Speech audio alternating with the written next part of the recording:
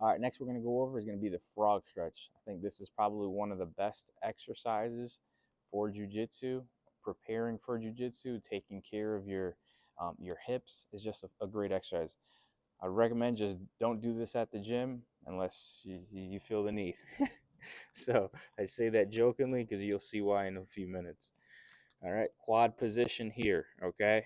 What I want you to do from this position, all right, is you're going to extend your knees separate, okay, from each other until you feel a stretch on the inside part of your adductors here, okay? Now, from this position, you can point your toes out, all right? You may start to feel a stretch already, right? So I'm just showing you here. In this position here, toes out, we're here. Now from this position, you should feel a stretch, right? If you're too far forward, I want you to sink your hips a little bit deeper. That's gonna cause you to get a deeper stretch into those groin and adductor positions. You can see I'm using my hands as kickstands. Now from this position, what we're gonna do is we're gonna build up to the pails and rails portion of this. All right. So again, we're gonna think about scooping our legs forward, right? Scooping this. So we would be doing this forward, but we're not going to be able to because the ground is in the way. Okay, so we're here in this position. My arms as kickstand. I'm in kind of like that anterior pelvic tilt. Fill the belly up.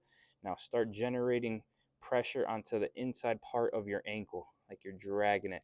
That should really force you, or not force you, but that should really engage your adductors, right? Your groin. So you're going to build up tension up to 70, and then we're going to do rails, right? So 10% pressure, 30, 40, 50, 60, 70. So I'm pushing right now. My ankles are pushing to the mat. Everything's working really, really hard. Switch to rails. I'm going to keep my upper body locked in, and you're going to make your ankles as light as possible without moving your upper body or your hips. 3, 2, 1, go. Engage everything on the back side, right? Engage. Engage, engage, engage, engage, engage, engage, and then sink in deep to it. All right, so you may have to reposition your hips, right? You may have to drop down into your forearms to feel a deeper stretch, but remember, move your hips forward and backwards to find that line of tension here, okay? Feet are pointed out. Now from this position, start dragging in your ankles, right? Your knees are pulling forward, and you're trying to scoop your legs 30, 40%, 50, 60, 70. Abs are engaged.